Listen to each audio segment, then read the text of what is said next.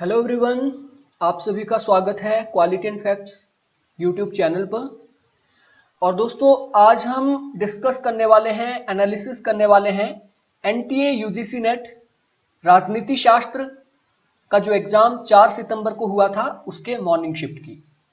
Evening shift का paper हम बाद में लाएंगे, तो अभी हम मॉर्निंग शिफ्ट के पेपर को देखेंगे और यहां पे हम एनालिसिस करने की कोशिश करेंगे कि क्वेश्चन कैसे आए थे, क्वेश्चंस का लेवल क्या था, और यहां पे जो आंसर की यूजीसी ने जारी की है उसमें काफी मिस्टेक्स हैं।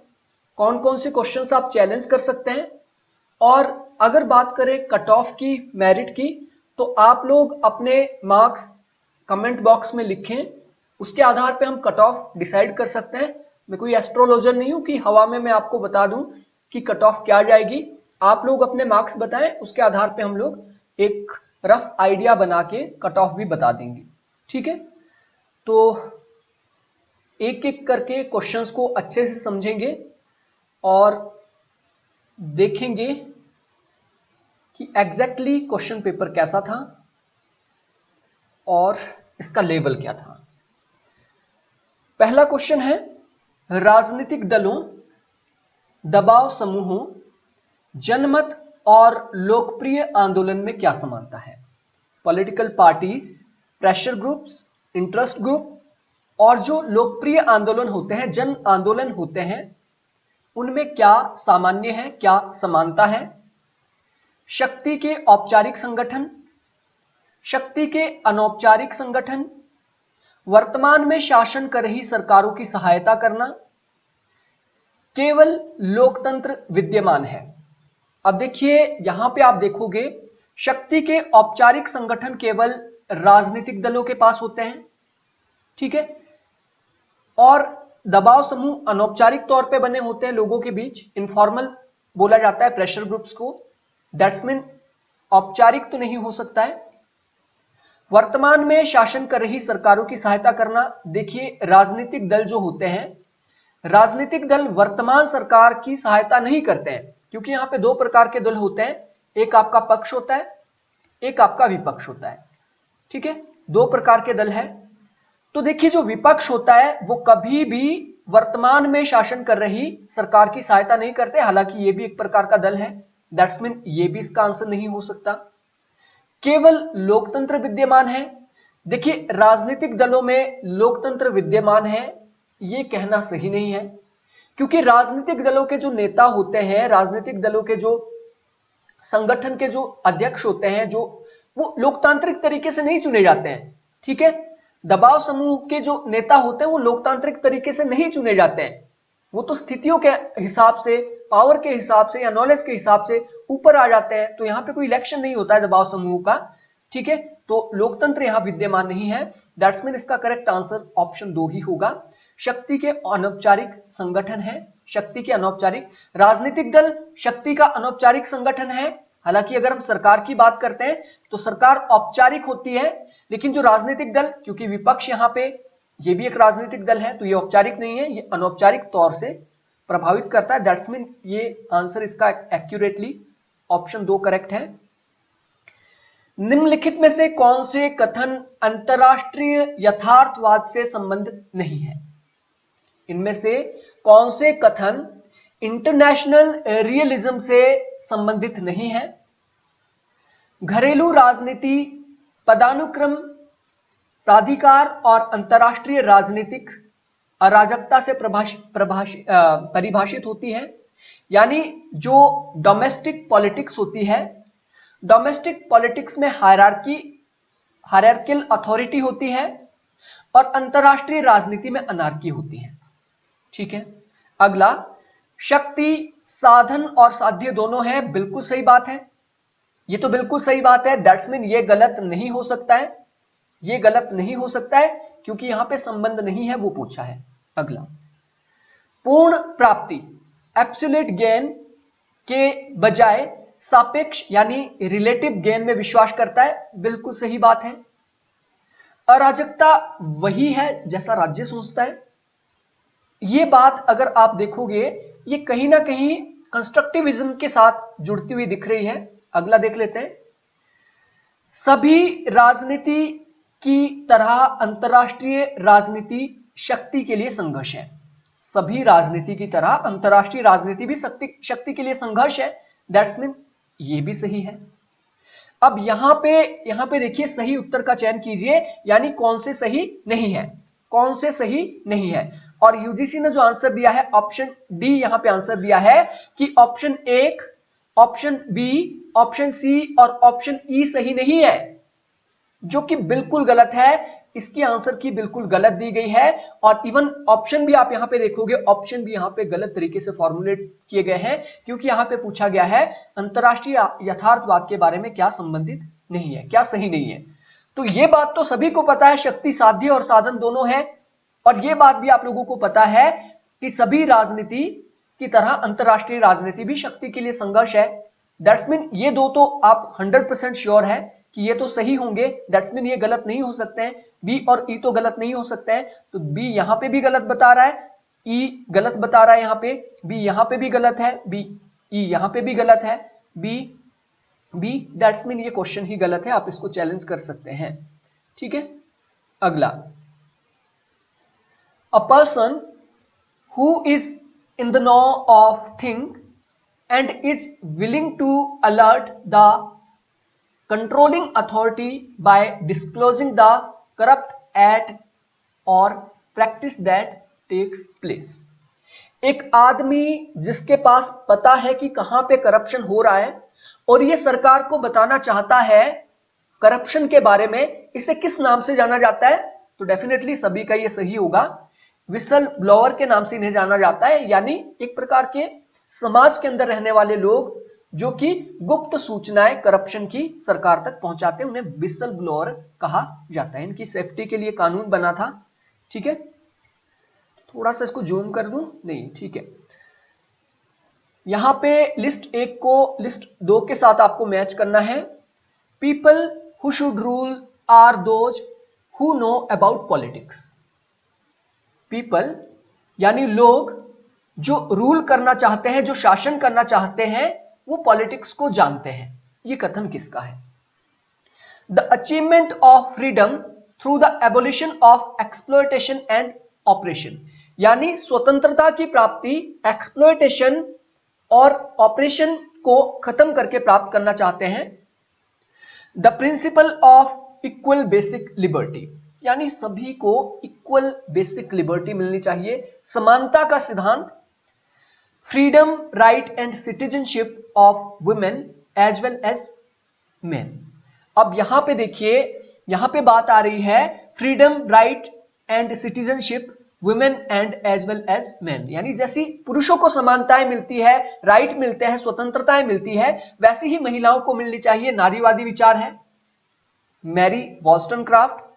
और प्रिंसिपल ऑफ इक्वल लिबर्टी, ये आपने जॉन रॉल्स का थ्योरी ऑफ जस्टिस का सिद्धांत पढ़ा होगा।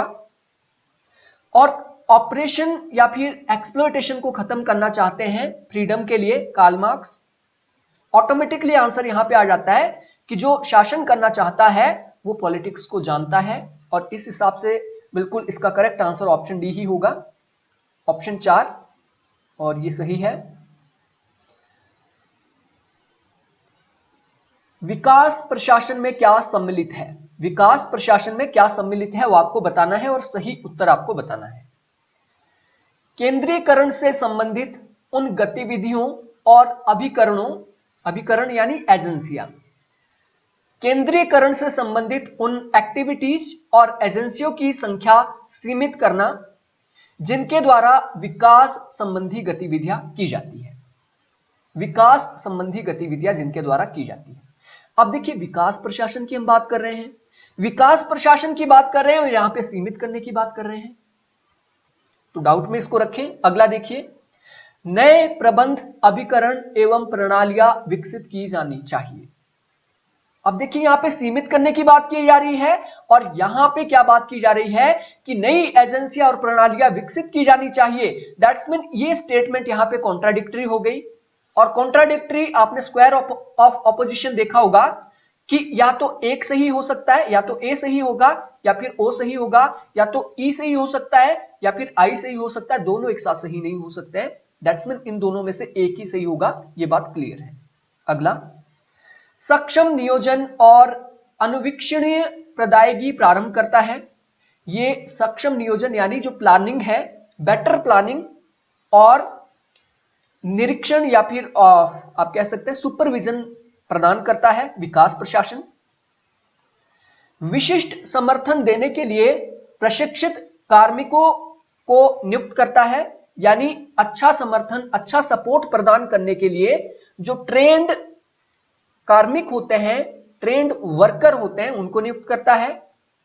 नए अभिकरणों को विनियमित करना, जो नए अभिकरण बनते हैं, जो नई एजेंसियां बनती है, उन्हें रेगुलेट करना, जो वाणिज्यिक एक्टिविटीज में से संबंधित होती है। और यहां पे आपको बताना है कि इनमें से कौन से कथन सही है। और सिंपली जब हम यहां पे देखते हैं, ऑप्शन ए बिल्कुल गलत है, क्योंकि ये सीमित करने की बात कर रहा है, जबकि विकास प्रशासन क्या बात करता है कि हमें ज्यादा से ज्यादा अभिकरण और प्रणालियों को विकसित करना है, डेवलप करना है, क्योंकि ये विकास प्रशासन है। तो विकास प्रशासन डेफिनेटली डेवलप करने की बात करेगा, सीमित करने की नहीं।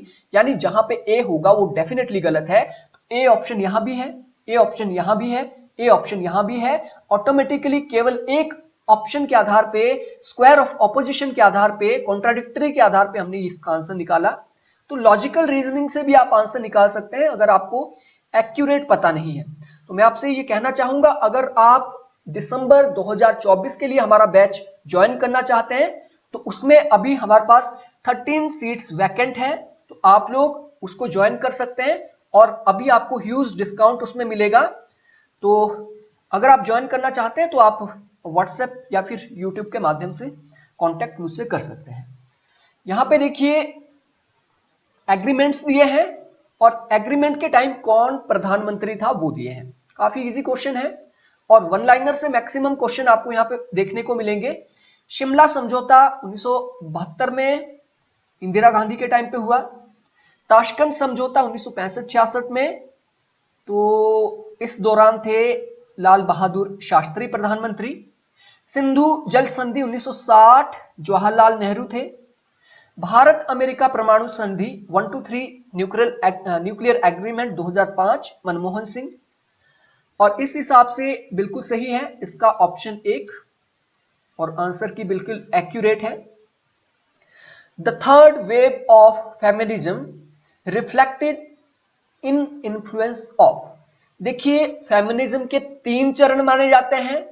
फर्स्ट वेव फेमिनिज्म जो कि लिबरलिज्म के ऊपर आधारित था, सेकेंड वेव फेमिनिज्म जो कि एक्सट्रीमिज्म के ऊपर आधारित था, और थर्ड वेव फेमिनिज्म जो कि पोस्ट मॉडर्निज्म पर आधारित था, पोस्ट स्ट्रक्चरलिज्म के ऊपर आधारित था। ऑप्शन 1 इसका सही होगा।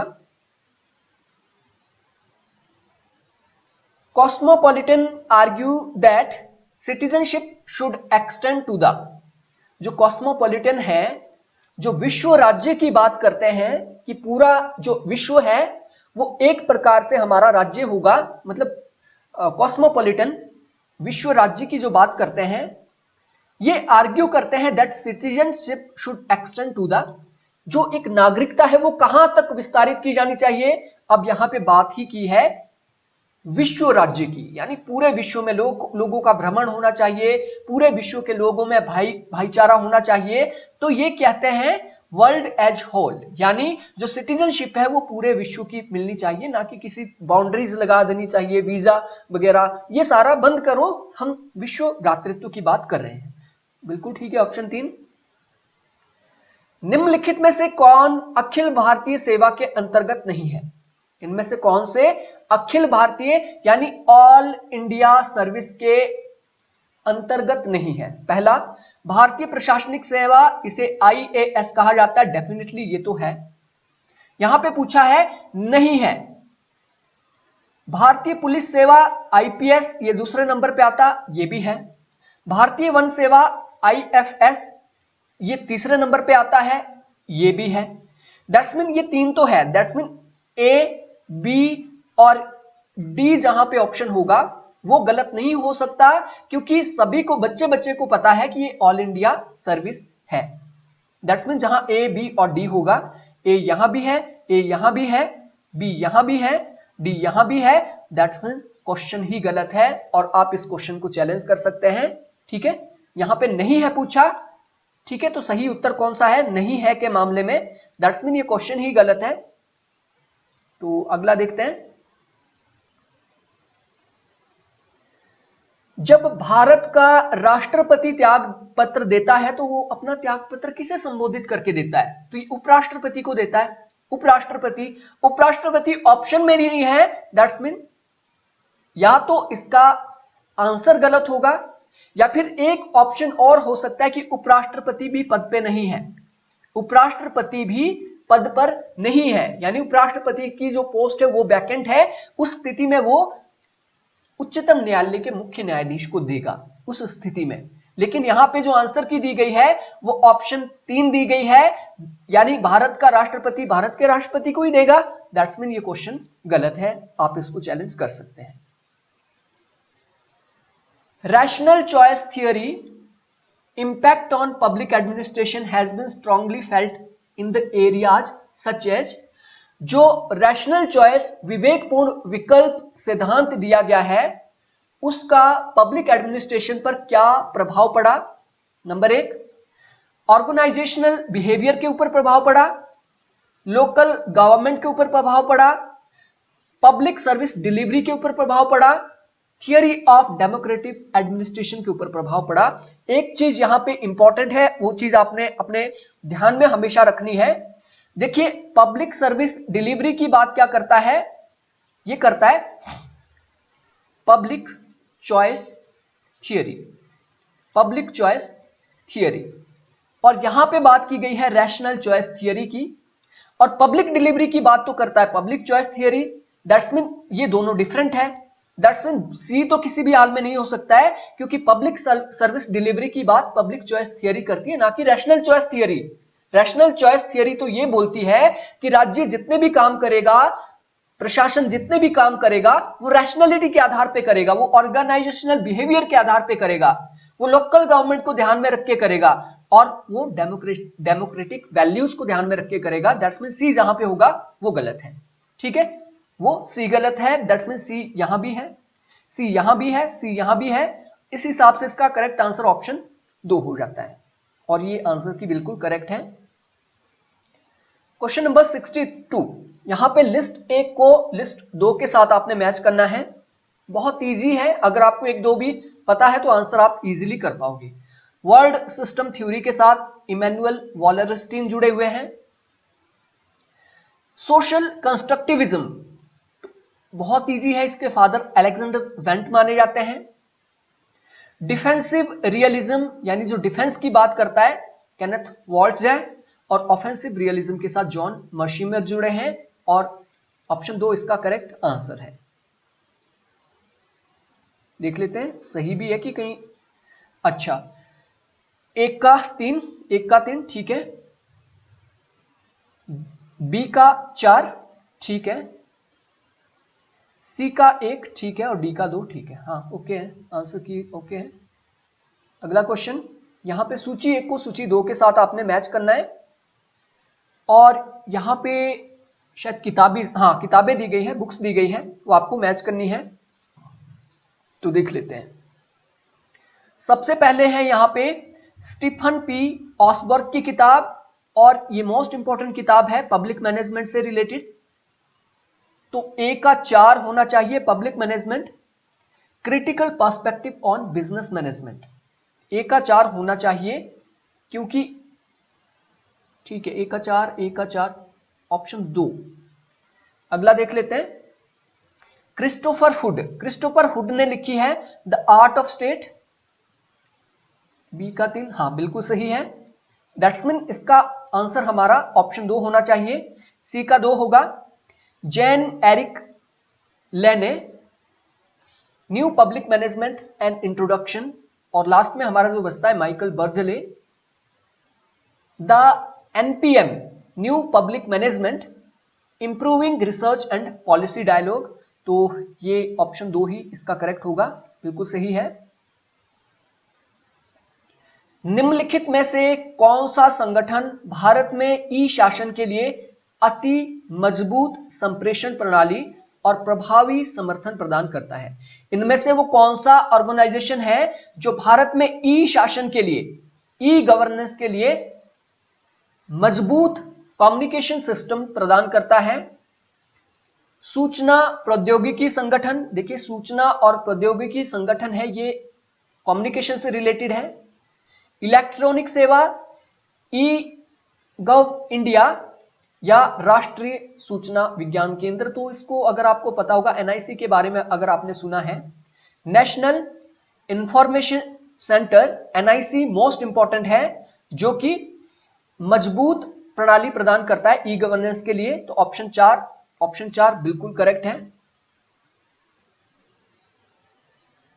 भारतीय राजनीतिक प्रणाली के संदर्भ में निम्नलिखित कथनों पर विचार कीजिए। इंडियन पॉलिटिकल सिस्टम के बारे में आपको इन कथनों पर विचार करना है। पहला है, भारतीय राजनीतिक प्रणाली इंडियन पॉलिटिकल सिस्टम की एक मुख्य विशेषता केंद्रीकरण और विकेंद्रीकरण का संयोजन है। भारत की जो प्रणाली है, यहां पे सेंट्रलाइजेशन भी है और यहां पे डिसेंट्रलाइजेशन भी है। सेंट्रलाइजेशन आप जो केंद्रीय सूची है उसमें आपको देखने को मिलेगा, यहां पे डिसेंट्रलाइजेशन भी है क्योंकि यहां पे पंचायती राज इंस्टीट्यूशन अपनाया गया है। दैट्स मीन ये बिल्कुल सही है। अगला, और सही उत्तर ही आपने पहचानना है। ब्रिटिश काल में शुरू से अंत तक भारतीय राजनीतिक प्रणाली में धर्म की प्रबलता रही, धर्म की राजनीति रही, बिल्कुल रही। कूट करो और राज करो की जो नीति है, इसमें धर्म की प्रभावशीलता रही, आज भी देखी जाती है, ऐसी नहीं कि आज खत्म हो गई, आज भी है। अगला, भारतीय राजनीतिक प्रणाली में वास्तविक कार्यपालिक शक्ति राष्ट्रपति के पास। यहां पे वास्तविक कार्यपालिका की बात हो रही है। राष्ट्रपति तो हमने सुना था कि नाम मात्र है, राष्ट्रपति के पास तो नाम मात्र पावर होती है, वास्तविक तो प्रधानमंत्री मंत्रिमंडल के पास होती है। दैट्स मीन सी गलत होगा, सी गलत होगा, और सी जहां पे भी होगा वो ऑप्शन ही गलत होगा। सी यहां भी है, सी यहां भी है। दैट्स मीन ऑप्शन 2 और ऑप्शन 4 को रूल आउट कर लो, इसको देखने की भी जरूरत नहीं है। आगे चलते हैं। सरकार की प्रणाली 3 अंगों विधायिका, कार्यपालिका और न्यायपालिका पर आधारित है। कॉमन स्टेटमेंट है, सभी को पता है, सरकार के 3 अंग होते हैं, बिल्कुल सही है।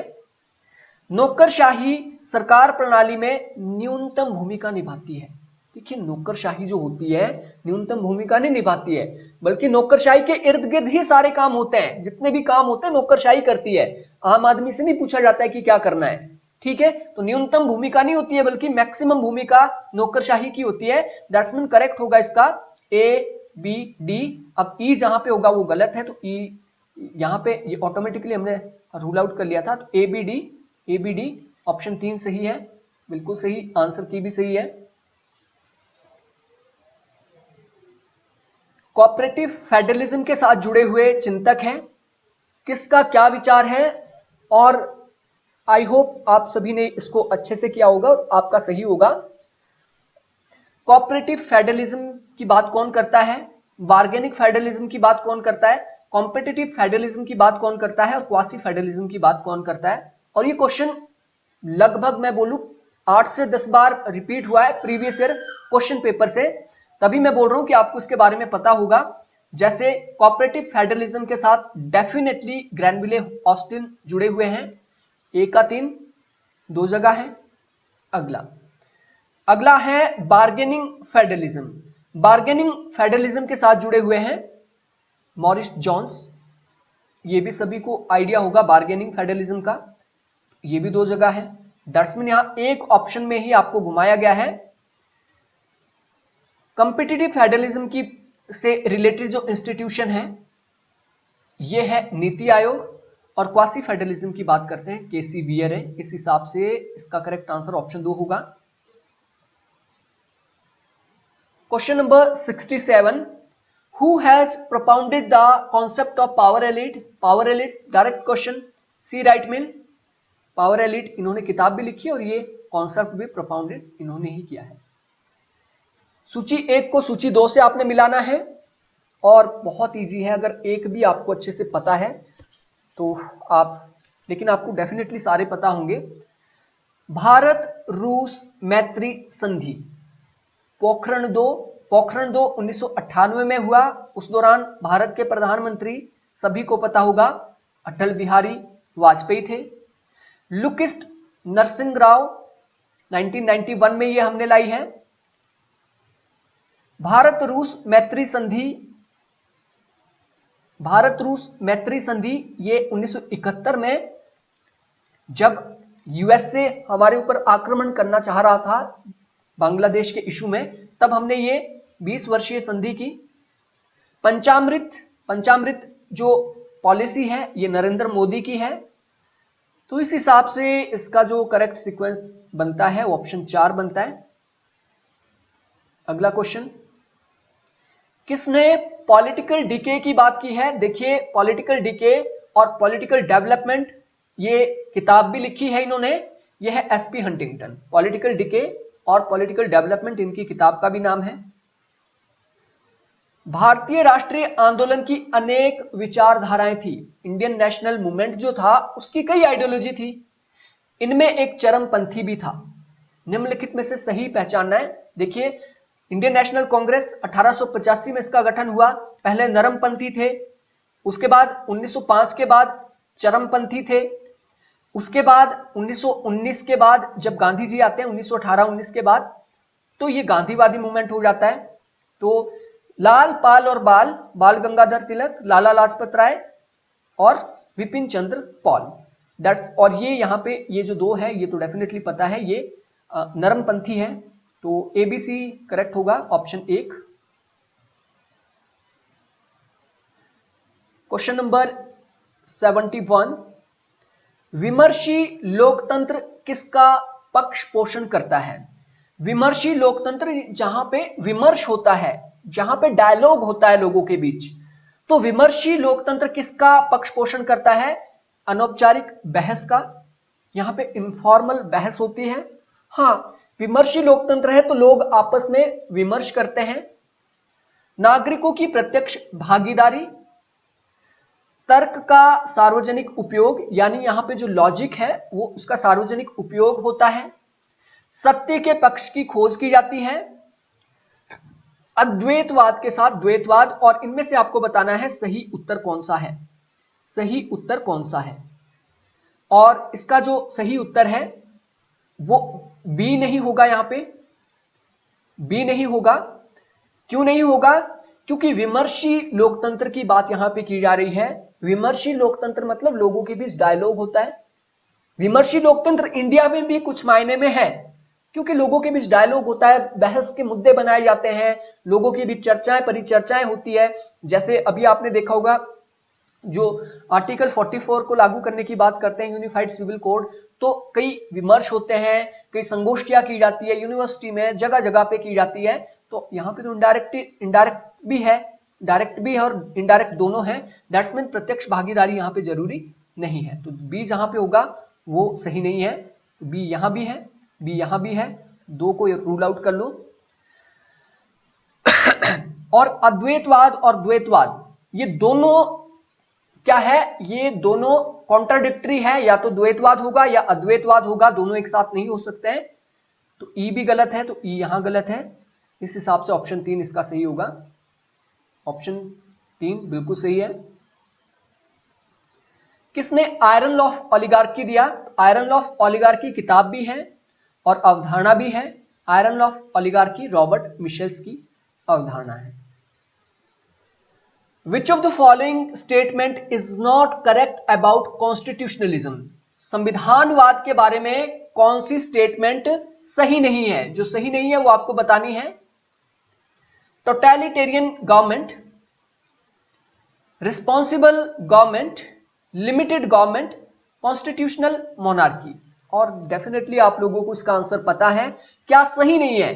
तो कॉन्स्टिट्यूशनलिज्म का मतलब होता है, संविधानवाद का मतलब होता है जहां सरकार क्या है, संविधान के हिसाब से चलती है, लिमिटेड गवर्नमेंट होती है, अनलिमिटेड पावर उसके पास नहीं होती है।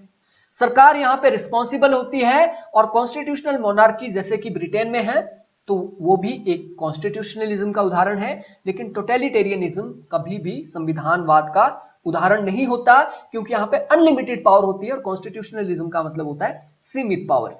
ठीक है, क्वेश्चन नंबर 74, चीन का शांतिपूर्ण उत्थान एक मिथक है ना कि वास्तविकता।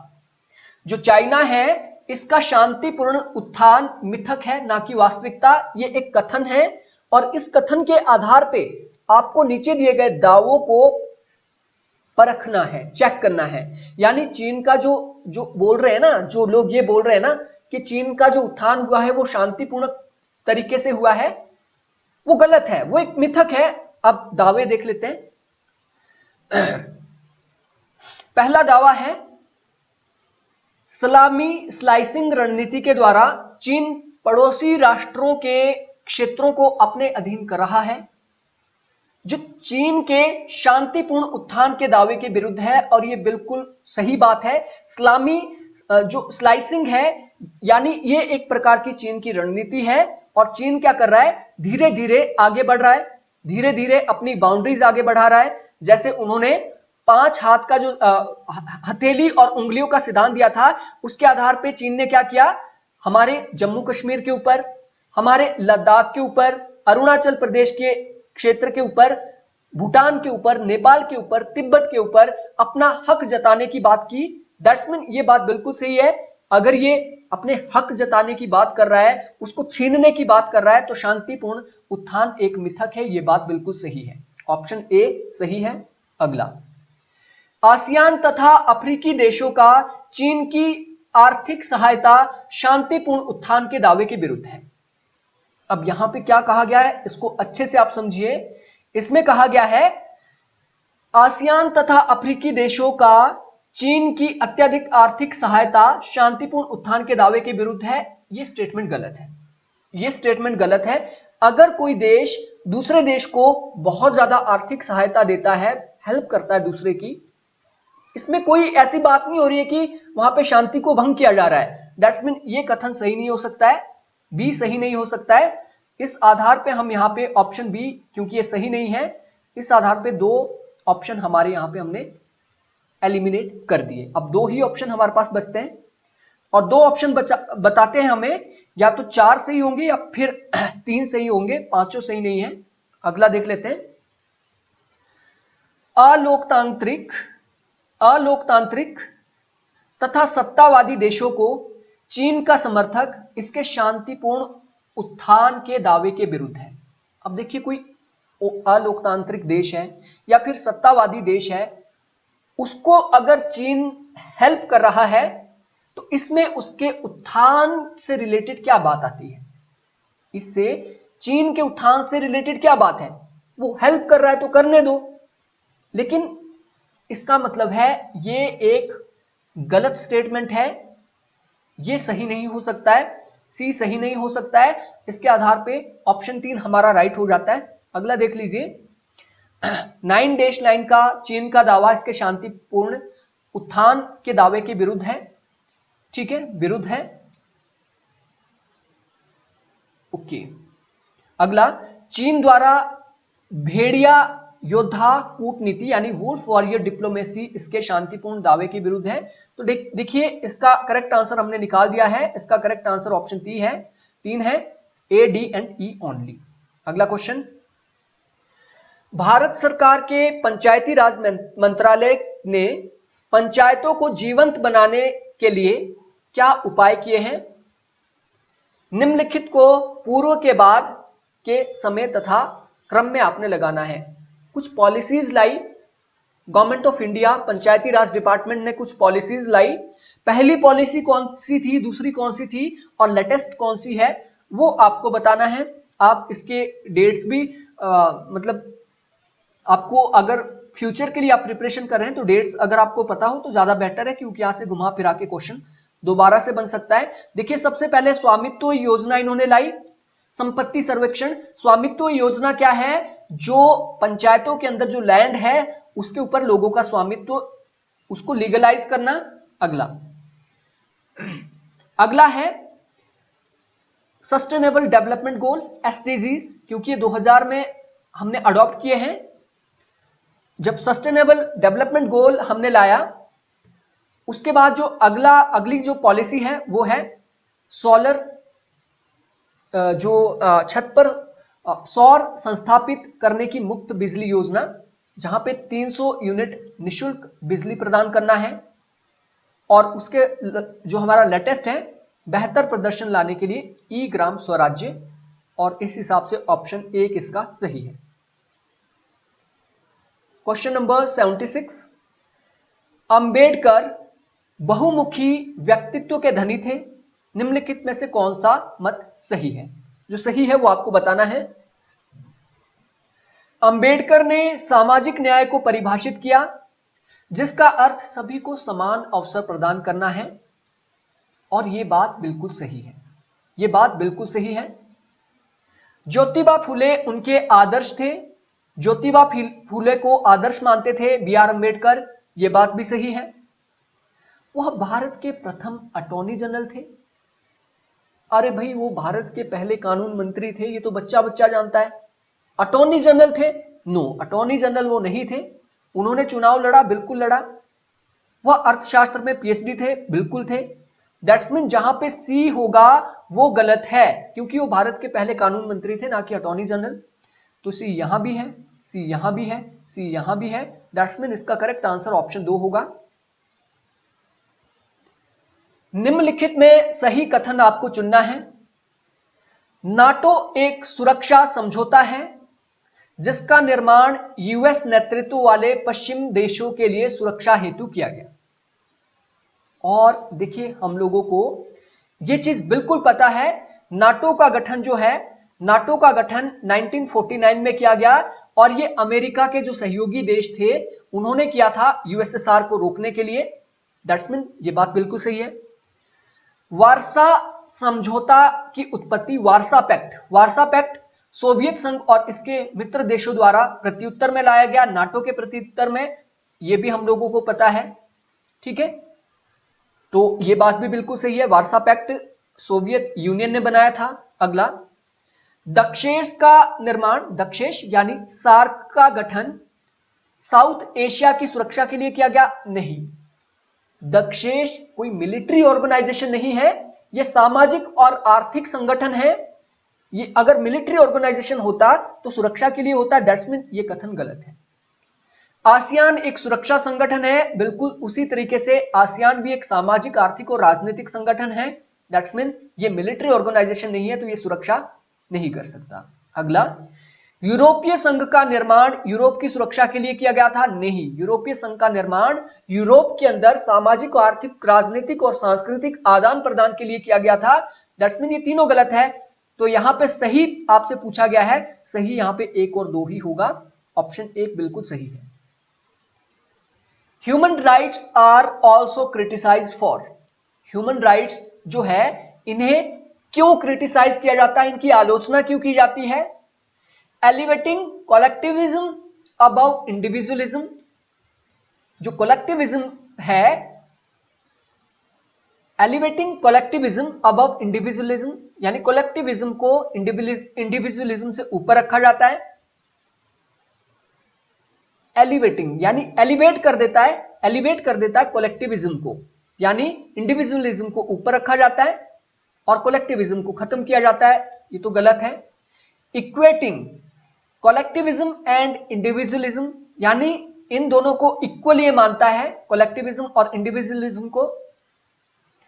इक्वेटिंग इंडिविजुअलिज्म अबव कलेक्टिविज्म, यहां पे कॉन्ट्राडिक्टरी स्टेटमेंट आ गई, या तो ये सही हो सकता है या ये सही हो सकता है। दैट्स मीन हम लोगों को स्क्वायर ऑफ ऑपोजिशन से ये पता लग गया, अगले ऑप्शन हम देखे भी ना देखे, ऑप्शन 2 हम देखे या ऑप्शन 2 हम देखे या ना देखे, इससे कोई भी फर्क नहीं पड़ता है, क्योंकि स्क्वायर ऑफ ऑपोजिशन वाली स्थिति यहां पे बन गई है। या तो ए सही हो सकता है, या ओ सही हो सकता है, या ई सही हो सकता है, या फिर आई सही हो सकता है स्क्वायर ऑफ ऑपोजिशन के हिसाब से। दैट्स मीन यहां पे कंपटीशन बन गया, या तो 1 सही होगा या 3 सही होगा। तीसरा देख लेते हैं, एलिवेटिंग इंडिविजुअलिज्म अबव कलेक्टिविज्म, यानी इंडिविजुअलिज्म के स्थान पे ये समुदायवाद कलेक्टिविज्म को ज्यादा महत्व देता है। बिल्कुल सही बात है, ह्यूमन राइट कलेक्टिव राइट्स के ऊपर ज्यादा फोकस करता है और इंडिविजुअलिज्म के ऊपर कम, इसलिए इसकी आलोचना की जाती है। दैट्स मीन ऑप्शन 3 बिल्कुल सही है इसका आंसर। यहां पे आपको लिस्ट 1 से लिस्ट 2 को मैच करना है। Heartland theory, rimland theory, sea power theory, air power theory, इसमें से डेफिनेटली आप लोगों ने सही किया होगा, क्योंकि 20 बार पहले भी मैं इसको वन लाइनर और प्रीवियस ईयर क्वेश्चन पेपर में आपके सामने डिस्कस कर चुका हूं, कॉन्सेप्चुअल क्वेश्चंस के अंदर भी आपके सामने इसको डिस्कस कर चुका हूं, तो इसमें आपको डाउट नहीं होना चाहिए। हार्टलैंड थ्योरी किसने दी है? जियोपॉलिटिक्स से क्वेश्चन। हार्टलैंड थ्योरी मैकाइंडर ने दी है, तो ए का 2 होना कंपलसरी है, ए का 2 जगह है। अगला देख लेते हैं रिमलैंड थ्योरी, और रिमलैंड थ्योरी के बारे में डेफिनेटली सभी को पता होगा। रिमलैंड थ्योरी स्पाइकमैन ने दी है, निकोलस स्पाइकमैन, तो बी का 4 होगा। बी का 4, ये भी 2 जगह है। दैट्स मीन क्वेश्चन काफी कॉम्प्लिकेटेड है।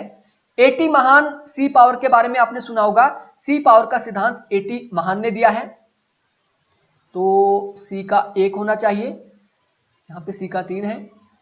दैट्स मीन आंसर तो हमारा आ गया। अब बचता है एयर पावर थ्योरी, ये अलेक्जेंडर सेवर्स्की ने दी है, और इस हिसाब से करेक्ट आंसर ऑप्शन 1 होगा। और ये जियोपॉलिटिक्स से 4 ही महत्वपूर्ण चिंतक हैं और चारों यहां पे दे दिए हैं। अगला, निम्नलिखित में से कौन सा या कौन से कथन भारत में चुनाव प्रचार के संबंध में गलत है? भारत में चुनाव प्रचार जो किया जाता है, कोड ऑफ कंडक्ट जब लगती है, उसके बारे में कौन सा गलत है वो आपको बताना है। इनमें से कौन सा गलत है? सरकार चुनाव प्रचार के लिए संसाधन प्रदान करती है, यह बिल्कुल गलत है। सरकार चुनाव प्रचार के लिए संसाधन नहीं देती है, पैसे नहीं देती है सरकार कि ये जी यहां से बसपा खड़ी हो गई, इसको मैं 20 लाख दूंगा, यहां से जी कांग्रेस खड़ी हो गई, इसको 50 लाख दूंगा। तो संसाधन तो अपने खर्च करने पड़ते हैं। दैट्स मीन ये गलत है। ऑप्शन ए जहां होगा वो गलत है, और इस हिसाब से हमने ऑप्शन 3 को एलिमिनेट कर दिया। अगला देख लेते हैं, कोई दल या उम्मीदवार मतदाताओं को रिश्वत नहीं दे सकता और उन्हें डरा धमका नहीं सकता, यह बात बिल्कुल सही है। दैट्स मीन बी जो है यह गलत नहीं हो सकता है, क्योंकि यह सही है।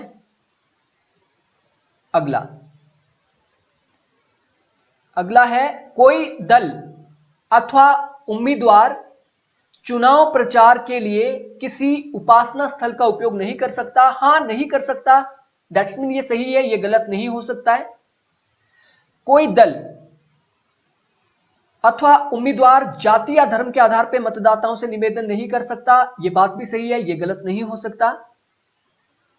एक बार चुनाव की घोषणा हो जाने पर मंत्री किसी परियोजना की आधारशिला नहीं रख सकता है, क्योंकि ये मतदाताओं को लुभाने वाला एक प्रक्रिया है, ये भी सही है। दैट्स मीन गलत यहां पे ओनली एंड ओनली ऑप्शन 1 है, और इस आधार पे करेक्ट आंसर ऑप्शन 1 है। आंसर की बिल्कुल एक्यूरेट है। क्वेश्चन नंबर 81, उपभोक्ता संरक्षण अधिनियम के अंतर्गत कौन से उपबंध सम्मिलित नहीं है? अब देखिए, ये 1986 या फिर 2019 की बात नहीं कर रहा है, ये जनरल वे में बात कर रहा है कि उपभोक्ता संरक्षण अधिनियम के अंतर्गत कौन से उपबंध सम्मिलित है, वो आपको बताना है। सही उत्तर आपको बताना है। भ्रामक विज्ञापनों के कड़े नियम इसमें रखे गए हैं, बिल्कुल सही बात है, कोई भ्रामक विज्ञापन आप नहीं ला सकते हैं। केंद्रीय उपभोक्ता संरक्षण प्राधिकरण की स्थापना की गई है, बिल्कुल की गई है। ई कॉमर्स सीधे बिक्री डायरेक्ट सेलिंग कर सकता है, बिल्कुल कर सकता है। मध्यस्थता के माध्यम से वैकल्पिक विवाद समाधान, बिल्कुल सही बात है, यानी यहां पे मध्यस्थता की जाएगी अगर कोई समस्या उत्पन्न हो गई है। उपभोक्ता द्वारा शिकायत करने की शक्ति सीमित की गई है।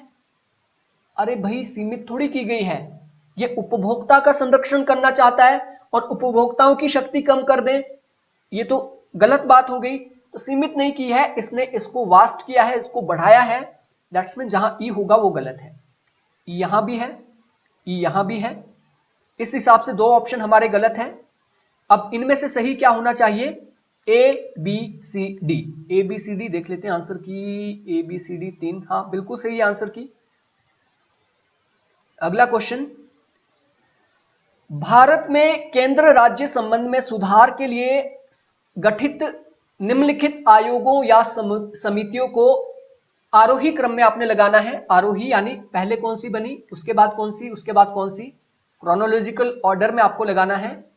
बलवंत राय मेहता कमेटी सभी को पता होना चाहिए, 1957 में ये बनी, 1959 में रिपोर्ट इन्होंने दी। सरकारिया आयोग 1983 में बना है। पुंछी आयोग 2007 में। भूरे कमेटी, अब ये भूरे कमेटी है या ग्रे कमेटी है, ये इंपॉर्टेंट है। भूरे कमेटी या फिर भूरिया कमेटी दो अलग अलग चीजें हैं।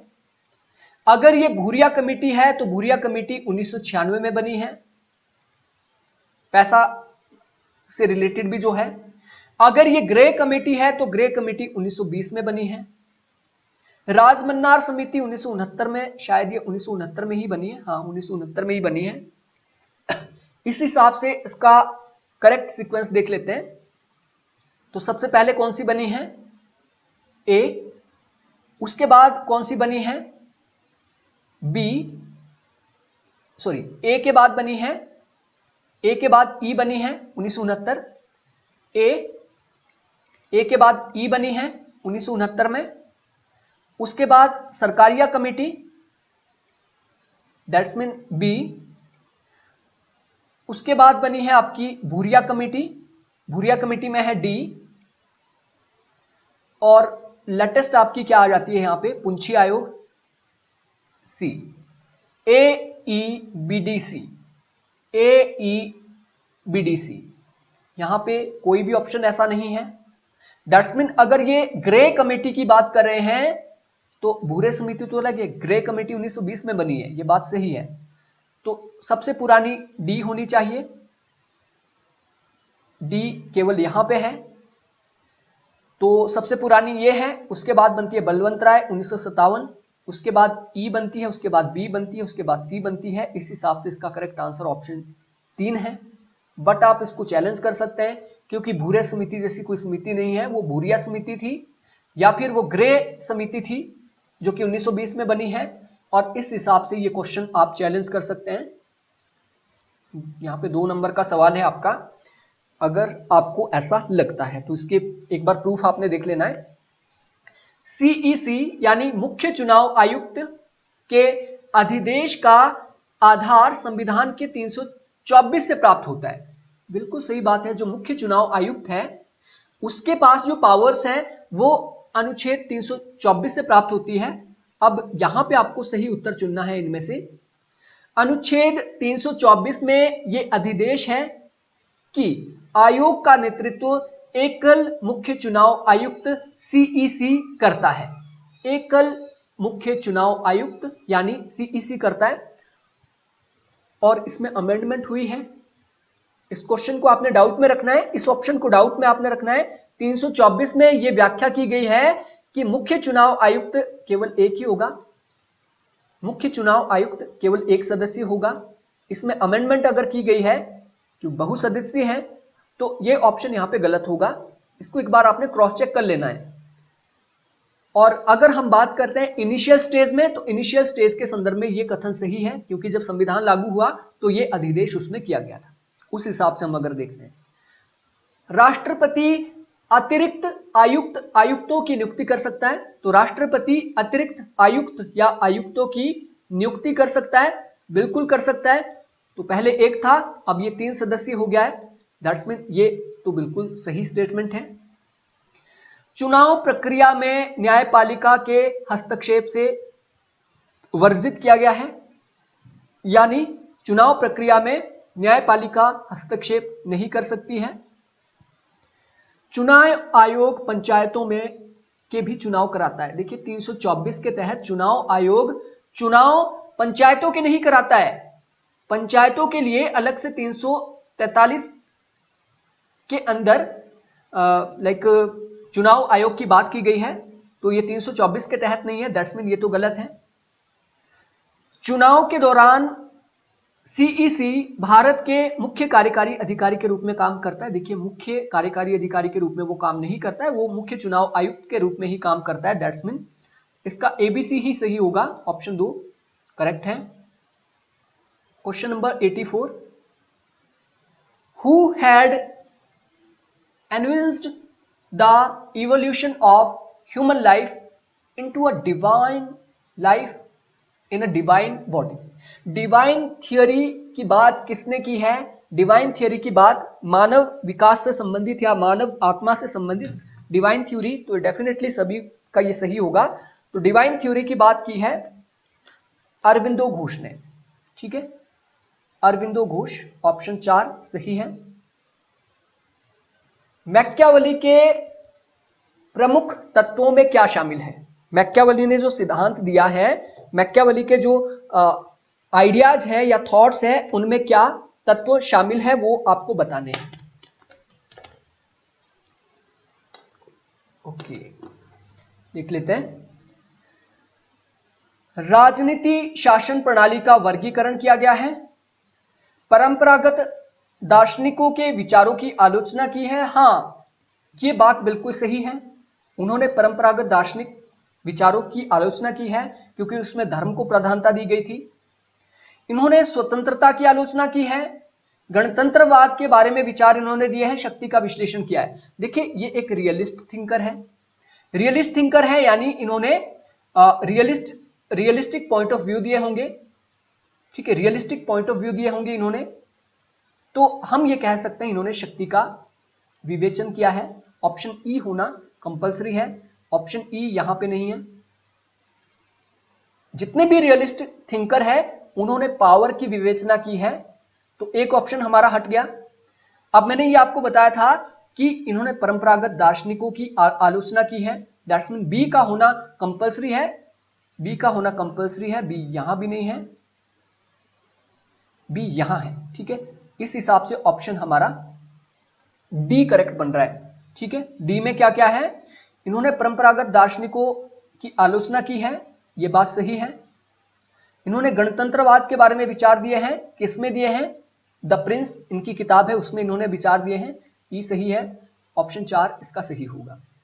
क्वेश्चन नंबर 86, भारत में सस्टेनेबल डेवलपमेंट गोल की प्राप्ति के लिए कौन सी नोडल एजेंसी है? तो सस्टेनेबल डेवलपमेंट गोल के लिए पहले योजना आयोग था, अभी नीति आयोग इस पे काम कर रहा है, तो इसमें कोई डाउट नहीं होना चाहिए, ऑप्शन 1 सही है। निम्नलिखित राज्यों को उनके गठित होने के वर्ष के आरोही क्रम में आपको लगाना है, इसको देख लेते हैं। बिहार बहुत पुराना राज्य है, बिहार का गठन 1920 के आसपास हुआ है। राजस्थान स्वतंत्रता के बाद 1949 में राजस्थान का गठन किया गया है। नागालैंड 1963 में नागालैंड का गठन हुआ है। गुजरात 1960 मुंबई से अलग किया गया है। हिमाचल प्रदेश 1971 में हिमाचल प्रदेश, अब यहां पे गठन है, राज्य, पूर्ण राज्य, गठन तो 1948 में ही हो गया था, गठन तो 1948 में ही हो गया था। अब ये डाउटफुल है, यहां पे ये 1948 माने या 1971 माने, गठन की बात हो रही है। तो अब देख लेते हैं, इसका जो एक्यूरेट आंसर दिया है वो ऑप्शन 4 दिया है, 4 दिया है, यानी सबसे पहले गठन किसका हुआ? नागालैंड का। उसके बाद बी राजस्थान का, उसके बाद डी हिमाचल प्रदेश का, 1971 या फिर 1948 माने। उसके बाद यह है आपका ए यानी बिहार का। आरोही क्रम पूछा है और इस हिसाब से क्वेश्चन ही हमारा गलत हो जाता है। इसका सही क्रम होना चाहिए था, इसका सही क्रम होना चाहिए था ए 1920, बी 1949, डी 1960, 1963 और 1971। दैट्स मीन ये क्वेश्चन गलत है, आप इसको चैलेंज कर सकते हैं। अगला क्वेश्चन, लिस्ट 1 को लिस्ट 2 के साथ आपने मैच करना है। Inside out approach, outside in approach, theory of relative gain, theory of absolute gain. और ये क्वेश्चन, ये रिलेटिव गेन और एब्सोल्यूट गेन अभी थोड़ी देर पहले आपने इसी क्वेश्चन पेपर में ये देखा होगा। उसके आधार पे भी आप इसका आंसर दे सकते थे, उस क्वेश्चन के आधार पे। बट देख लेते हैं कि इसका, देखिए इनसाइड आउट जो अप्रोच है, इनसाइड आउट अप्रोच, ये स्ट्रक्चरल रियलिज्म यानी जो संरचनात्मक यथार्थवाद है उसका महत्वपूर्ण सिद्धांत है, ठीक है, या इससे जुड़ी हुई है। और आउटसाइड इन जो अप्रोच है, आउटसाइड इन अप्रोच, नो ये थोड़ा सा यहां पे, okay, inside out approach, out यानी बाहर की ओर, इनसाइड आउट अप्रोच ये क्लासिकल रियलिज्म की है, क्लासिकल रियलिज्म की। और आउटसाइड इन अप्रोच किसकी है? ये है स्ट्रक्चरल रियलिज्म की। इसको एक बार आप समझ लीजिए। इनसाइड आउट यानी इनसाइड पहले देश की बात की जाएगी, डोमेस्टिक पॉलिटिक्स की बात पहले की जाती है, और डोमेस्टिक पॉलिटिक्स को क्या है, विश्व के ऊपर जब हम लागू करते हैं। और ये बात किसने की थी? याद कीजिए 6 प्रिंसिपल मॉर्गेनथाउ ने दिए थे। मॉर्गेनथाउ ने क्या कहा था? मॉर्गेनथाउ ने कहा था जो अंतरराष्ट्रीय राजनीति की जड़ें हैं वो राष्ट्रीय राजनीति या फिर डोमेस्टिक पॉलिटिक्स में है। यानी इसे क्या कहा गया? इनसाइड आउट अप्रोच, यानी जो आपकी डोमेस्टिक पॉलिटिक्स होगी, डोमेस्टिक पॉलिटिक्स ही अंतरराष्ट्रीय राजनीति को निर्धारित करती है। यानी मानव स्वभाव अगर अच्छा होगा तो पॉलिटिक्स अच्छी होगी, इसलिए इसे कहा गया है इनसाइड आउट अप्रोच, और ये मॉर्गेनथाउ ने दी थी, इसलिए इसको क्लासिकल रियलिज्म के साथ जोड़ा जाता है। दूसरा है outside in approach. Outside in यानी विश्व की जो संरचना है वो अनार्किस्ट है, क्योंकि विश्व की संरचना अनार्किस्ट है इसलिए युद्ध होते हैं। यानी ये क्या बात कर रहा है? ये आउटसाइड इन यानी आउटसाइड संरचना का प्रभाव डोमेस्टिक पॉलिटिक्स पे पड़ता है और ये संरचना की बात करता है। दैट्स मीन स्ट्रक्चरल रियलिज्म के साथ जुड़ा होना चाहिए। तो ए का 4 होना चाहिए, ए का 4, और बी का 3 होना चाहिए, बी का 3। अब देखिए उलझाने वाला क्वेश्चन है, आपको लास्ट तक पहुंचना पड़ेगा। और ये तो हमने ऑलरेडी देख ही लिया है कि रिलेटिव गेन की बात कौन करता है, एब्सोल्यूट गेन की बात कौन करता है। रिलेटिव गेन की बात करता है रियलिज्म। अभी पहले क्वेश्चन जो आया था, ठीक है, यानी जो गेन होता है वो एब्सोल्यूट नहीं होता है, रिलेटिव होता है। ये डिपेंड करता है सिचुएशन के ऊपर, ठीक है, रिलेशन के ऊपर डिपेंड करता है। और एब्सोल्यूट गेन की बात करता है रियलिज्म। इस हिसाब से ऑप्शन 3 इसका सही आंसर होगा। क्वेश्चन नंबर 89, निम्नलिखित में से कौन सा सही है वो आपको बताना है। चीन ने एनएसजी परमाणु आपूर्तिकर्ता समूह के लिए भारत की सदस्यता को अवरुद्ध किया है। बिल्कुल सही बात है। भारत जब भी एनएसजी की सदस्यता लेने की कोशिश करता है तो भारत के ऊपर दबाव बनाया जाता है। भारत को इस तरीके से चीन आलोचित करता है कि भैया तो परमाणु हथियार बना रहा है, इनको आप नहीं ले, और वीटो पावर चीन यूज करता है इंडिया के खिलाफ एनएसजी की सदस्यता में। ये बात बिल्कुल सही है, ये बात बिल्कुल सही है, और आपको सही उत्तर बताना है यहाँ पे। तो ए तो सही है। अगला देख लेते हैं। इस हिसाब से हम ऑप्शन डी को उड़ा देते हैं क्योंकि ए इसमें नहीं है। भारत ने चीन समर्थित BRI belt and road initiative का हिस्सा होने से अस्वीकार किया है। यानी India belt and road initiative का हिस्सा नहीं है, इसकी आलोचना करता है भारत। दैट्स मीन बी भी बिल्कुल करेक्ट है, बी भी बिल्कुल करेक्ट है, और बी को करेक्ट होना ही चाहिए क्योंकि बी यहां सभी में है, ठीक है।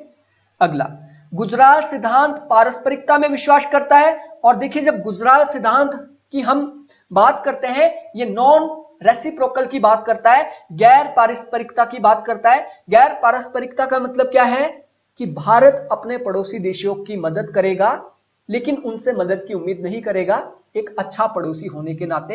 यही गैर पारस्परिकता है। दैट्स मीन सी बिल्कुल गलत है, और सी जहां होगा वो ऑप्शन ही गलत हो जाएगा हमारा। तो सी यहां भी है, सी यहां भी है, डी को हम पहले ही एलिमिनेट कर चुके हैं, और इस आधार पे हमारा करेक्ट आंसर ऑप्शन 2 निकल के आया। हालांकि हमने 2 ऑप्शन अभी देखे भी नहीं है, ठीक है, 2 ऑप्शन हमने देखे भी नहीं है।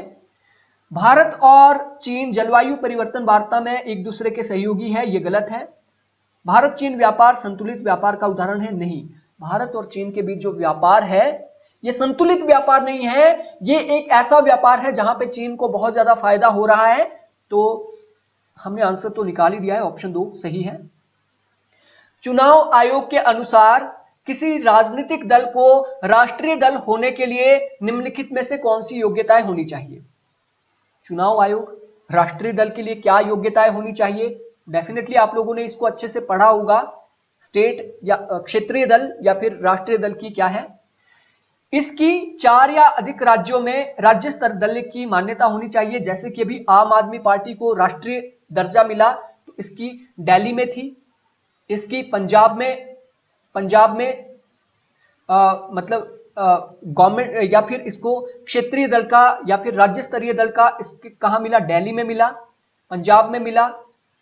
उसके बाद इलेक्शन हुए गुजरात के अंदर तो वहां पे भी इसने 6% से ज्यादा सीटें ली और एक राज्य में और। दैट्स मीन ये बिल्कुल सही है।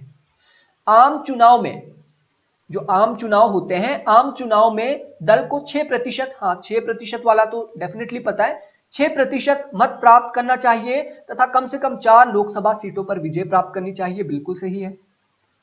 इसे कम से कम 3 विभिन्न राज्यों से लोकसभा की न्यूनतम 2 सीटें प्राप्त करनी चाहिए। कम से कम 3 राज्यों से लोकसभा की कम से कम 2% सीटें जीतनी चाहिए। इनमें से देखिए एक भी अगर फुलफिल करता है तो उसे राष्ट्रीय दल माना जाएगा। ये सारी जरूरी नहीं कि सारी पूरी करे वो, ठीक है।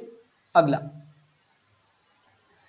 राज्य स्तरीय राजनीतिक दल भारत में क्षेत्रीय राजनीतिक प्रणाली में महत्वपूर्ण भूमिका निभाता है। हाँ, ये तो जनरल स्टेटमेंट है। इसकी 7 या उससे अधिक राज्यों में स्थानीय स्तर के दल के रूप में मान्यता नहीं। ये तो कॉन्ट्राडिक्टरी हो गया। या तो इसमें से ए सही होगा या तो 4 सही होगा या फिर 7, दोनों सही नहीं हो सकता है। ई बिल्कुल गलत है क्योंकि हमें पता है 4, तो ई यहां पे देखिए गलत है। और ए बी सी डी हमें पता है कि ये सही है, तो ऑप्शन 3 ही इसका सही होगा। Question number 91, who contended that we are concerned only with finding a choice mechanism that will lead it to pursue satisfying path, a path that will permit satisfaction at the same specified level of all its need। ये बात किसने की है? इसको गोल satisfying या path satisfying theory भी कहा जाता है और ये हर्बर्ट साइमन ने सिद्धांत दिया है, गोल या फिर पाथ सेटिस्फाइंग सिद्धांत। तो हाँ बिल्कुल सही है, Herbert Simon decision making approach के अंदर इन्होंने ये सिद्धांत दिया है।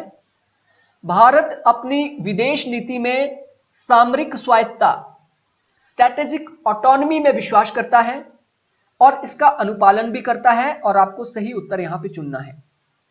नंबर 1, भारत ने शीत युद्ध के दौरान किसी सैन्य ब्लॉक में स्वीकार होने से अस्वीकार कर दिया था। बिल्कुल सही बात है। भारत ना तो यूएसए में मिला ना यूएसएसआर में मिला, ये नेम के साथ जुड़ा हुआ था। ये बात बिल्कुल सही है। ए का सही होना सही है, इस हिसाब से ऑप्शन 2 को हम रूल आउट कर लेते हैं। भारत ने अपने हथियार सभी संभव स्रोतों से प्राप्त किए। बिल्कुल सही बात है। भारत ने जो अपने हथियार है वो यूएसए से भी प्राप्त किए, यूएसएसआर से भी प्राप्त किए, जहां से वो प्राप्त कर सकता था, ताकि भारत सामरिक रूप से ऑटोनोमस रह पाए, किसी के ऊपर डिपेंडेंट ना हो पाए। बात सही है। बी का होना कंपल्सरी है और बी यहां पे हर जगह आपको दिख रहा है, यानी बी का होना कंपल्सरी है, इसको तो हम नेग्लेक्ट कर ही नहीं सकते। अगला, भारत ईरान से तेल का आयात घटाने के लिए अमेरिकी दबाव के आगे झुक गया। अगर भारत झुक गया और भारत ने अपना तेल का जो आयात है वो ईरान से घटा दिया, तो ऑटोनॉमी कहां की है? ये तो ऑटोनॉमी नहीं हुई। दैट मीन सी तो गलत है, सी सही नहीं हो सकता। सी यहां भी है, सी यहां भी है। दैट्स मीन ये दोनों ऑप्शन यहां से कट कर दो, ये दोनों ऑप्शन यहां से कट कर दो। अगला अगला अगला अगला ओके, भारत ने यूक्रेन पर रूस के आक्रमण के कारण रूस से तेल का आयात न करने के संबंध में पश्चिमी देशों के दबाव के आगे नहीं झुका। हां, पश्चिमी देशों ने यह दबाव भारत के ऊपर बनाया क्योंकि रशिया ने यूक्रेन के ऊपर आक्रमण किया है, इसलिए रशिया को अलग थलग करो, उससे तेल ना लो। लेकिन भारत नहीं झुका, भारत कर रहा है, भारत आज भी आयात कर रहा है, भारत नहीं झुका। दैट्स मीन ये ऑटोनॉमी का प्रयोग कर रहा है, दैट्स मीन डी का होना कंपल्सरी है, और डी यहां पे है। A B D, A B D सही है। ई देख लेते हैं। भारत ने अपनी सामरिक स्वायत्तता की रक्षा हेतु एनपीटी और सीटीबीटी पर हस्ताक्षर करना अस्वीकार कर दिया। हां, भारत ने सीटीबीटी और एनपीटी पे हस्ताक्षर नहीं किए, लेकिन वो सामरिक स्वायत्तता के लिए नहीं, भारत ने इसलिए हस्ताक्षर नहीं किए क्योंकि वो विभेदकारी थी, वो गलत नीतियां थी, इसमें सामरिक स्वायत्तता का कोई लेना देना नहीं है। ई गलत है, इस हिसाब से ऑप्शन डी ही सही है। अगला क्वेश्चन, निम्नलिखित घटनाओं को आरोही क्रम में आपने लगाना है। आरोही यानी क्रोनोलॉजिकल ऑर्डर में आपको इसको लगाना है, तो देख लेते हैं।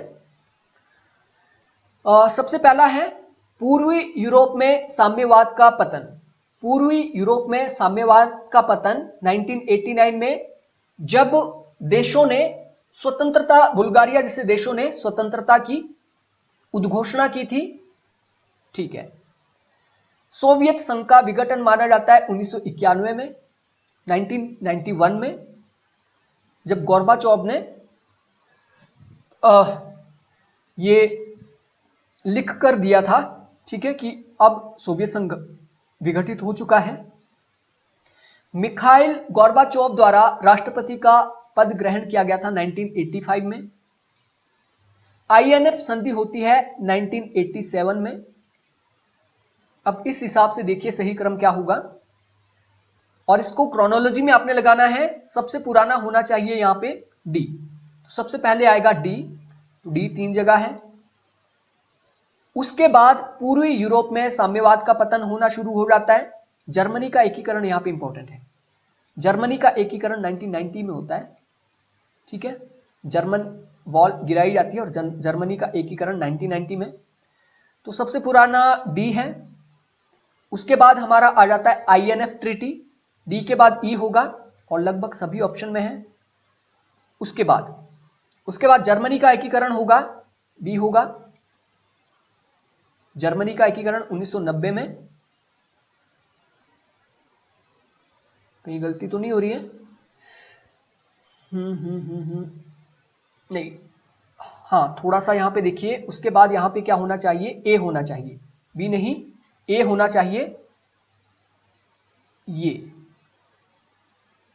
सबसे पहले डी, डी का मतलब है 1985। उसके बाद ई का मतलब है 1987। उसके बाद ए 1989। उसके बाद है बी का मतलब है यहां पे जर्मनी का एकीकरण, और सबसे लास्ट में आ जाएगा हमारा सी, सोवियत संघ का विघटन 1991 में। इस हिसाब से इसका करेक्ट जो सीक्वेंस बन रहा है ऑप्शन 3 बन रहा है, और यहां पे ऑप्शन 2 सही आंसर दिया है। इसको आप चैलेंज कर सकते हैं, ये क्वेश्चन गलत है। क्वेश्चन नंबर 94, निम्नलिखित में से सही कथन आपने चुनना है। भारत ने रीकैप आरसीईपी क्षेत्रीय व्यापक आर्थिक भागीदारी पर हस्ताक्षर किए हैं, और यह चीज पहले ही हम लोगों को यहां पे क्लियर है कि भारत रीकैप का सदस्य नहीं है। भारत रीकैप का सदस्य नहीं है, यानी ए जहां पे होगा वो गलत है। ए यहां भी है, यहां भी है, यहां भी है। इस हिसाब से एक ऑप्शन के आधार पे हमने इसका सही आंसर निकाल दिया। अगले ऑप्शन भी देख लेते हैं। भारत ने एनपीटी पर हस्ताक्षर करने से अस्वीकार किया क्योंकि यह भेदभावपूर्ण नीति थी। देखिए पहले क्वेश्चन से यहां पे इसका कंक्लूजन ड्रॉ हो रहा है, यह बात तो सही है, यह कथन सही है। भारत ने सीटीबीटी यानी व्यापक परीक्षण संधि पर हस्ताक्षर किए हैं। भारत ने सीटीबीटी पर हस्ताक्षर किए हैं नहीं, भारत ने सीटीबीटी पर भी हस्ताक्षर नहीं किए हैं, दैट्स मीन ये गलत है। ठीक है, तो ये दो यहां पे गलत हो गए। भारत ने पीटीबीटी पर हस्ताक्षर, बिल्कुल भारत ने 1963 में पीटीबीटी पर हस्ताक्षर किए थे, पार्शियल टेस्टबैंड ट्रीटी पर हस्ताक्षर किए थे, दैट्स मीन ए और डी सही है, ए और डी सही है। अगला ई, भारत जलवायु परिवर्तन वार्ता में सीबीडीआर यानी कॉमन बट डिफरेंशिएटेड रिस्पॉन्सिबिलिटी का समर्थन करता है, और यह बात सही है, दैट्स मीन ऑप्शन 3 ही इसका सही होगा। और आंसर तो हमने एक ऑप्शन के आधार पर ही निकाल दिया था। किसने अखिल भारतीय हरिजन संघ की स्थापना की, तो यह महात्मा गांधी ने की है। सूची 1 को सूची 2 से आपको मिलाना है। सूची 1 है labour party, labour party Britain में है, रिपब्लिकन पार्टी अमेरिका में है, और 2 ऑप्शन तो आपको पता लग गया। आवामी लीग, ये तो अभी करंट पॉइंट ऑफ व्यू से आप देखें बांग्लादेश में क्या चला हुआ है उसके हिसाब से Bangladesh. The Islamic salvation front Algeria में है, और इसका जो सही सीक्वेंस यहां पे बन रहा है ऑप्शन 4। क्वेश्चन नंबर 97, संयुक्त राज्य अमेरिका अभी भी विश्व की एकमात्र शक्ति है। इसको प्रूव करना है आपको, इसको प्रूव करना है कि यूएसए आज भी विश्व की एकमात्र शक्ति है। विश्व के सर्वोत्तम तथा सर्वाधिक प्रतिभाएं अमेरिका की ओर प्रवास करना पसंद करती है, यानी अमेरिका की ओर बहुत से लोग जाते हैं जो कि सर्वोत्तम है, और सर्वोत्तम आदमी सर्वोत्तम देश में ही जाएंगे, ये बात सही है। दैट्स मीन इसके आधार पे हम कह सकते हैं कि अमेरिका आज भी एक महाशक्ति है। ठीक है, अगला, अमेरिकी स्वप्न अभी भी अक्षुण्ण है, यानी अमेरिका की जो पावर है ये अभी भी अक्षुण्ण है, अभी भी इसे हराया जा सकता है, ये पॉसिबल नहीं है। यूएसए विश्व का सर्वाधिक ऋणग्रस्त देश है। अरे अगर अमेरिका विश्व का सबसे ज्यादा ऋणग्रस्त देश है तो ये पावरफुल कैसे हो गया, महाशक्ति कैसे हो गया? दैट्स मीन ये तो गलत होना चाहिए अगर हमें इसे प्रूफ करना है। तो सी जहां पे है उसको पहले ही रूल आउट कर दो, और रूल आउट करने से ही हमारा आंसर यहां पे 3 निकल के आ गया है। यूएसए में विश्व की अधिशेष पूंजी संचयित है, यानी बहुत ज्यादा पूंजी है इसके पास। अगर बहुत ज्यादा पूंजी है तो ऋणग्रस्त नहीं हो सकता है। ठीक है, तो डी सही है। यूएसए नवीन नव प्रवर्तनकारी प्रौद्योगिकी में विश्व में अग्रणी राष्ट्र है। हाँ है, दैट्स मीन सी को छोड़ के बाकी सही ऑप्शन सही है। ऑप्शन 3 बिल्कुल सही आंसर की है। क्वेश्चन नंबर 98, इच्छा तब स्वतंत्र होती है जब इसके साध्य स्वयं अपने होते हैं, इसलिए ये आत्मनिर्धारक है, और ये GWF हेगल के साथ रिलेटेड यहां पे लग रहा है, क्योंकि पृथ्वी पर ईश्वर का अवतार राज्य को माना है, क्योंकि उसके जो भी साध्य होते हैं वो अपने होते हैं। ठीक है, अगला, यह आवश्यक नहीं है बल्कि सहमति है जो सरकार को वैध बनाती है। यह आवश्यकता नहीं है, यह सहमति है जो सरकार को वैध बनाती है। सद्गुण नागरिक और राज्य के लिए अपरिहार्य है। व्यक्ति नैतिक आशय की दृष्टि से अच्छा होता है, यानी व्यक्ति नैतिक रूप से अच्छा होता है। देखिए ये बात तो जॉन लॉक की है कि राज्य की उत्पत्ति आवश्यकता नहीं बल्कि सहमति है। लोग सहमत हुए, उन्होंने समाज बनाया, और समाज ने क्या है, राज्य बनाया, यानी आवश्यकता नहीं सहमति जरूरी है। तो इस हिसाब से बी का 4 यहां पे है, ए का 1 भी यहीं पे है। इस हिसाब से ऑप्शन 2 बिल्कुल सही प्रतीत होता है। सी यहां पे देख लीजिए, सद्गुण नागरिक और राज्य के लिए जरूरी है, बिल्कुल सही बात है। सद्गुण जो है नागरिक और राज्य के लिए जरूरी है। अगर सद्गुणी राज्य होगा तो एक अच्छा शक्तिशाली राज्य बनेगा। व्यक्ति नैतिक दृष्टि से अच्छा होता है, ये जे रूसो ने कहा। नॉवल सीवेज इसको आप कह सकते हैं। नॉवल सीवेज का सिद्धांत आप लोगों को आई होप याद होगा, मैकियावेली का। तो ये क्वेश्चन बिल्कुल सही है और आंसर की भी सही है। हन्ना आरेंट किन 3 श्रेणियों के माध्यम से वीटा एक्टिवा का विश्लेषण करती है, यानी जो फंक्शंस होते हैं लोगों के, ठीक है, का विश्लेषण करती है, जो विश्व में हमारे अस्तित्व के 3 मूलभूत गतिविधियों, 3 बेसिक एक्टिविटीज। तो 3 बेसिक एक्टिविटी, श्रम, कार्य और कार्यवाही, पता नहीं कितनी बार हमने पढ़ लिया है, तो ऑप्शन 3 ही सही होगा। लास्ट क्वेश्चन इस सेशन का, अंतरराष्ट्रीय संबंध के निम्नलिखित विचारकों को आपने कालक्रम में लगाना है, क्रोनोलॉजिकल ऑर्डर में लगाना है। सबसे पहले कौन सा आया, बाद में कौन सा आया? तो सबसे पहले देखिए थ्यूसिडाइडस, ईसा पूर्व 400 ईसा पूर्व कुछ के हैं ये, तो सबसे पहले होंगे हमारे सी। तो सी लगभग सभी में है, इसमें कोई डाउट नहीं है। थ्यूसिडाइडस के बारे में कोई डाउट नहीं है। उसके बाद आ जाते हैं हम फिर क्लासिकल में। क्लासिकल में EH कार, सी के बाद E होना चाहिए, E दो जगह है, दो ऑप्शन यहां से उड़ गए। EH कार के बाद मॉर्गेनथाउ क्लासिकल में माने जाते हैं, तो A होना चाहिए, A केवल यहां पे है, CEA। अगला देख लेते हैं मॉर्गेनथाउ के बाद आते हैं हमारे, सॉरी ए क्यों वहां, थोड़ा सा देख लेते हैं ए क्यों मैंने यहां पे लाया, ए पे तो केनेथ वॉल्ट्ज है, ठीक है।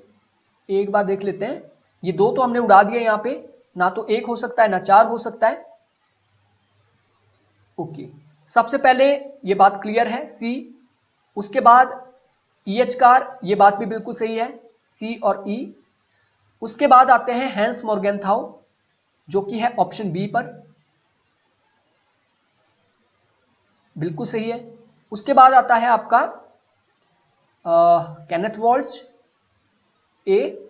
उसके बाद आता है आपका डी, अलेक्जेंडर वेंट। तो इस हिसाब से ऑप्शन 3 इसका सही बैठ रहा है।